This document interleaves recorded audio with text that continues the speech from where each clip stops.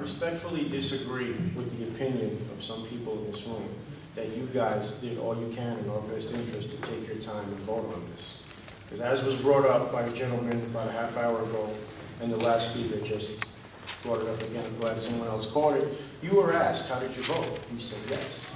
He asked you, did you read the bill? And you said, yeah, I read it that morning, but I didn't read the whole thing. I went that day to the majority leader and said there's mistakes. There's a mistake about the armed guards as far as, and I felt immediately there was a mistake about the 15 rounds of the pistols. I picked it up the same day. Right. But they were not going to change so that day. So what you did bother to read, you didn't agree with, but you still voted yes. You just said twice that the last gentleman reiterated that you didn't read the whole thing. And you said, no, you went from I read some of it to I read most of it. Not put words in my mouth. I said I read I'm not. I'm repeating what you said. I read the majority of that bill that morning. I spent all day until 2:30, 2 o'clock in the morning going through the bill, page by page. That's how I picked up about the armed security guards. That's how I picked up about the 15 rounds. I thought that was a mistake. And I have a very good relationship with the majority leader, Democratic majority leader, who's a big guy, gun guy, and he already knew that. But I knew it. I found it out that day, so I did pick that up. So they were not going to change. They were not going to change, and I wasn't going to change my mind that day. I had already made my mind up. Before you read anything, then? Oh no. I read it late in the afternoon, and that's my decision. And I could either get thrown out of office for it or not. But I stand by my decision. It calls the question to mind, how many other people read or didn't read all of this that voted? You can't answer for that because they're not here, you're here. But some of the questions that were brought up this evening, you guys don't even have the clear answer from what's written in there. And it's been proven to me personally, outside of the gun world, that the police departments in the state of Connecticut are very unknowledgeable about the law. What they will pull you over for and charge you for that's perfectly legal, that they were misinformed or misinterpreted as, you end up paying the price for it. Now, if I am a registered permit holder, and my wife, who lives in the same household, is a legal registered permit holder, but I'm the one that goes to the store and buys the guns and registers in my name, and we decide we want to go out and exercise our right to both carry a concealed weapon, and for some unforeseen circumstance, we're pulled over or stopped or checked by police, and he says, well, you're both legal permit holders, you both live in the same household, have the same last name, but your name is on the certificate, not hers, so we're going to collar her right now. Is that what you're saying? Well, I don't know. All I'm saying is that that law is the same law as it was prior to the bills that exist now. So whatever that scenario fact pattern you have is unaffected by our bill. So what was the law before? Because there was a gentleman over here that asked that question. I don't know. It wasn't part of legislation, so I didn't look at that particular scenario because it wasn't part of the bill, so it didn't come into my ability to review that issue. Which adds to the whole mystique that there's not a lot of lawmakers and politicians that understand anything about weapons and guns and the laws that exist already, and they're enacting more restrictions on us. Look, we don't know everything about every aspect, but I can do a planning and zoning bill that deals with the zone change, and if you're asking me about a variance, I don't know anything about the variance because I deal with the zone change on the bill. So same thing here. We only talk about what existed versus what's changed. That we're knowledgeable about. What existed that wasn't changed is what it is, and the bill never affected that. So that scenario the gentleman's talking about has no effect on this bill because it never came into play, so we never have a reason to look at it. So what about the language in the bill that expressly says you can register these high-capacity magazines, but you can only carry those magazines loaded in your weapon with a maximum of 10 rounds, whether you're at the range, whether you're at church, whether you're at home? You guys are standing up here and telling us all evening that when you're at the range and at home, you can fill up all 30 rounds in that magazine and insert in your weapon. Yes. In the line item, it doesn't say that. That's not correct. It does say that in the line item. You're allowed to have a 30, you can't walk around with it, but if you go to a shooting range, you can load up all 30 rounds, shoot at the target. Load up all 30 rounds in your house and protect your house. Load up all 30 rounds and be at home. That you can do unequivocally, and it says in the bill. Then why is there language in the bill that says it's your neighbor's responsibility to report you if you're at the range with a high-capacity magazine and you're firing more than 10 rounds at it? I'd like you to find that language. I don't know it exists.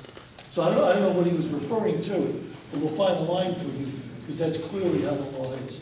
So I don't know if it's... There is an item in there that says, if I go to your gun range, Yep. and I'm shooting at your gun range, as the proprietor of that gun range, you're held responsible if you're allowing someone with your knowledge to fire a weapon that doesn't comply.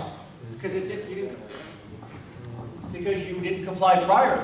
That's probably what it is. You have to comply, whatever you have today or prior to April 4th, you comply. After that, you don't comply. So if you had that April 3rd or April 4th in the morning, you comply. And you would go to the Department of Public Safety. You would already have record that you bought the gun. There's already a record of that prior. So that's your record. That's your receipt, basically.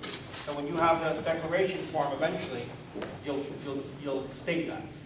So you do comply. So you mentioned early on when this first started that there are certain things in here you don't agree with. And there is, in your opinion, open dialogue to reverse some of these or argue them.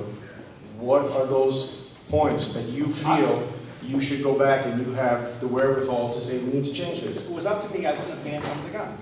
But I didn't have the problem with the magazine, to be honest with you, because you could change this magazine so quickly. You really could. In the military, you can only have 15 rounds at a time. So I think for the handguns, you should have been 15. I already said it to you a minute ago. I said it to the majority leader. He agrees.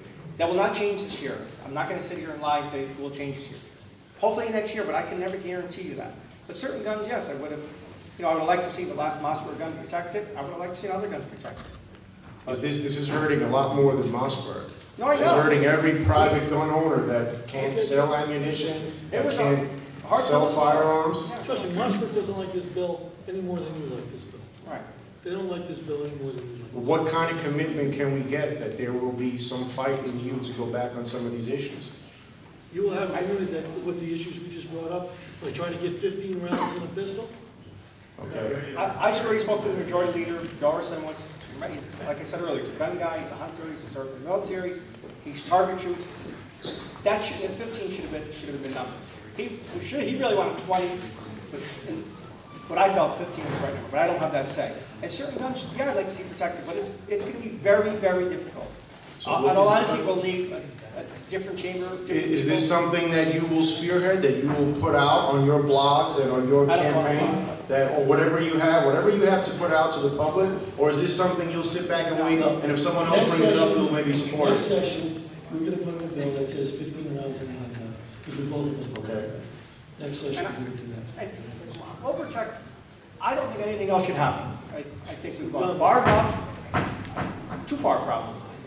But if it was up to me, and I'm sure Len, we wouldn't touch another thing. If anything brings things back. I mean, do you have the gumption to go ahead and put particular rifles in there that you feel should be put back in? Would you put that out there? Yeah. I don't know the exact. Guys, first thing, listen, they're not. First thing is first. I'd be kidding myself if I could go back and change everything. There's no many of the things. I couldn't do it. But I think the 15 round, whatever makes logical sense, is the easiest thing to do. 15 rounds is the easiest thing to do. Circuit. Excuse me? Don't ban anything. There's no reason to ban anything. You have 100 guns. You say that. I can't change that though. Well, will this $1 million that they're funding these 3 new agencies, is this 100% federally funded, or is this coming from the state? No, it's state. It's the state. So yeah. we now have a law that was passed, albeit too quickly, that infringes on our rights as gun owners, and we're paying for the people that are going to come knocking at our door to try and take these guns away. If we choose to exercise our Second Amendment right and not register these high-capacity magazines, that is one hell of a catch-22. Go ahead. But I do not see law enforcement coming down knocking and trying to take the guns. I didn't want to bring up New York, but you made several comparisons to New York. In New York, they came out with this cockamamie thing. They published everybody's name in the newspaper that was a registered gun owner. And the first thing that spurred was a 70-some-odd-year-old man having his house broken into because they knew right where to look for those guns. If you look at one of these bills, one of these 73 bills, it says that all permit owners' names, addresses, and the guns that they own will be subject to FOI. That's one of the things they wanted to do, that we negotiated out. Because you're right. You don't want to give somebody a blueprint where to find weapons. I agree with you, but that was in there. We got it. Thank you. Well, thank you. Yes, sir. Oh, yes, sir. I'm Bill Cantor.